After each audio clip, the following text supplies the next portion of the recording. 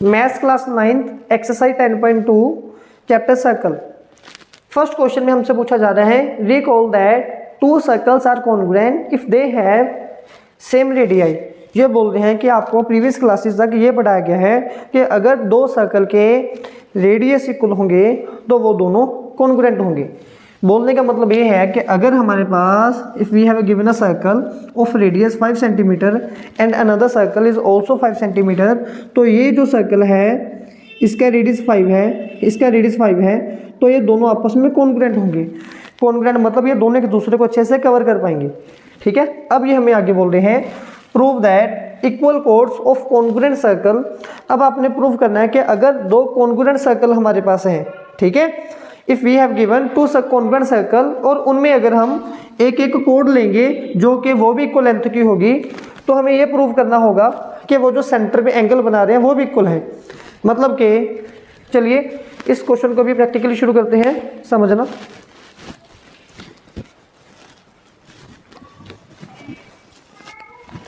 ये चीज़ तो हमें पहले से ही गिवन है कि टू सर्कल है और वो दोनों आपस में कॉन्ग्रुएंट है। ठीक है जी, ये जो सर्कल का हमारे पास स्टार्टिंग में यहाँ पे एक सेंटर पॉइंट है O, और ये हमारे पास दूसरा सर्कल है, इसका स्टार्टिंग पॉइंट है दैट इज O डैश। और बोला गया है कि इन दोनों में जो रेडियस है वो इक्वल है। मान लो ये रेडियस है 5 सेंटीमीटर, तो इसका भी रेडियस क्या आएगा 5 सेंटीमीटर, और यहाँ पे रेडियस अगर 5 है तो यहाँ पे भी रेडियस ये कितना होगा 5 सेंटीमीटर। ये तो कॉमन सेंस है ना। अब ये हमें बोल रहे हैं कि अगर हम इन दोनों में एक इक्वल कोड ड्रॉ कर दें, ठीक है, इन्होंने ये बात हमें कहाँ पे बोली है, prove that equal code of congruent circle. तो दो सर्कल कॉन्ग्रुएंट हो गए अगर यहाँ पे एक इक्वल लेंथ की कोड जा रही है, मान लो 5 की या 6 की या 10 की, कितने भी सेंटीमीटर की अगर एक कोड जाएगी, और अगर एक कोड यहाँ से निकल रही है, ठीक है, तो ये कोड भी आपस में क्या मतलब कि ये अगर इक्वल हैं तो यहाँ पे ये जो एंगल बनने वाले हैं ये दोनों एंगल आपस में इक्वल आएंगे। एंगल एट सेंटर, तो जो ये सेंटर में एंगल बन रहे हैं ये रेड मार्कर वाले हमने प्रूव करके दिखाने हैं। ठीक है, तो बड़े ध्यान से समझिए। सबसे पहले यहाँ पे दो ट्रायंगल बन गई, तो हम यहाँ पे कॉन्ग्रुएंसी वाला कॉन्सेप्ट लगाएंगे। अगर ये दोनों ट्रायंगल कॉन्ग्रुएंट होगी तो सभी पार्ट इक्वल होंगे, सभी एंगल इक्वल होंगे, मतलब कि ये वाला एंगल आपस में इक्वल हो जाएगा। चलिए इसको नेम देते हैं। यहाँ पे रख लिया A B और यहाँ पे रख लिया P Q। नाउ अभी हमने प्रूफ क्या करना है कि दोनों ट्रायंगल कॉन्ग्रुएंट है। So in triangle O A B and दूसरी ट्रायंगल है O डैश P Q। ठीक है, यहाँ पे ट्रायंगल का साइन भी लगा देते हैं, O डैश P Q, ये O डैश है। ठीक है जी, तो इसमें कौन कौन से पार्ट्स इक्वल आ रहे हैं। सबसे पहले तो OA,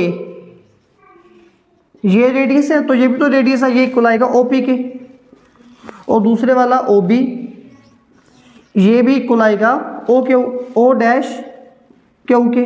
ठीक है, इन दोनों के रीजन क्या है, गिवन क्या है कि रेडियाई आर इक्वल।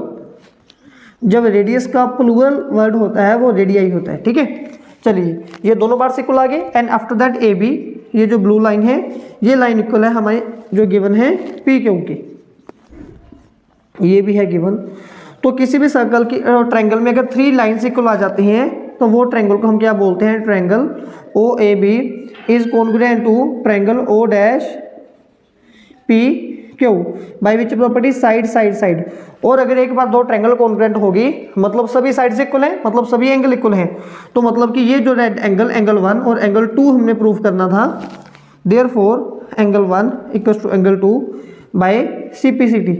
CPCT क्या होता है, corresponding part of corresponding triangle. ये कॉन्ग्रुएंसी का कॉन्सेप्ट 7th क्लास से शुरू हो जाता है।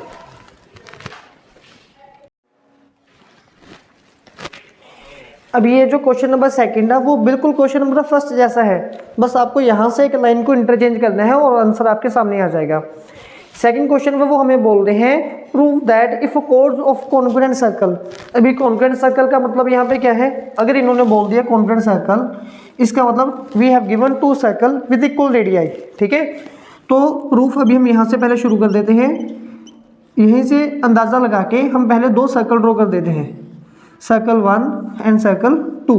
ठीक है, इसके बाद ये बोल रहे हैं prove that if codes of congruent circle subtend equal angle eight there centre.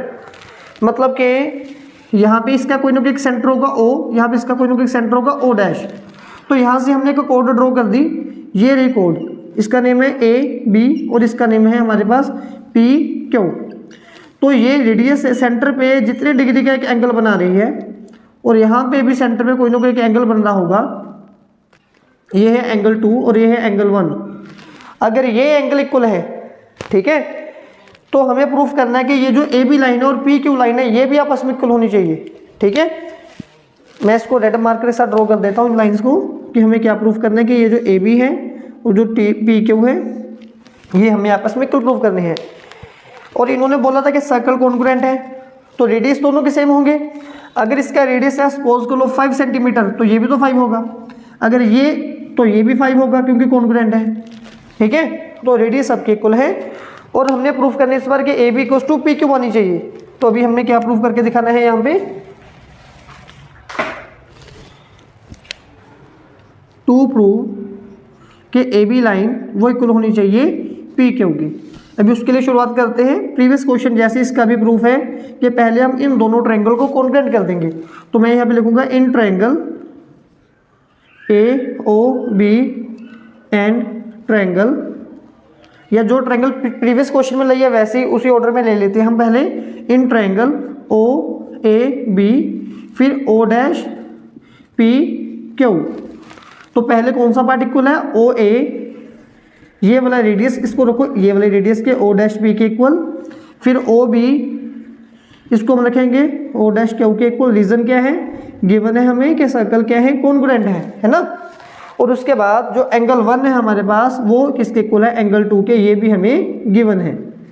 तो इसी वजह से ये जो अगर 3 पार्ट इक्वल हो गए तो जो हमारी दोनों ट्रायंगल्स हैं वो आपस में कॉन्ग्रुएंट होगी।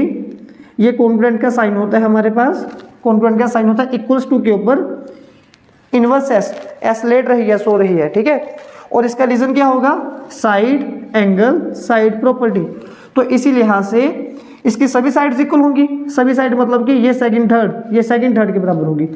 ए भी किसके इक्वल आएगी, PQ की, ठीक है जी। ये इसके इक्वल आ गई और रीजन क्या आएगा इसका, बाय CPCT। और यही हमें प्रूफ करना था, हेंस प्रूव्ड।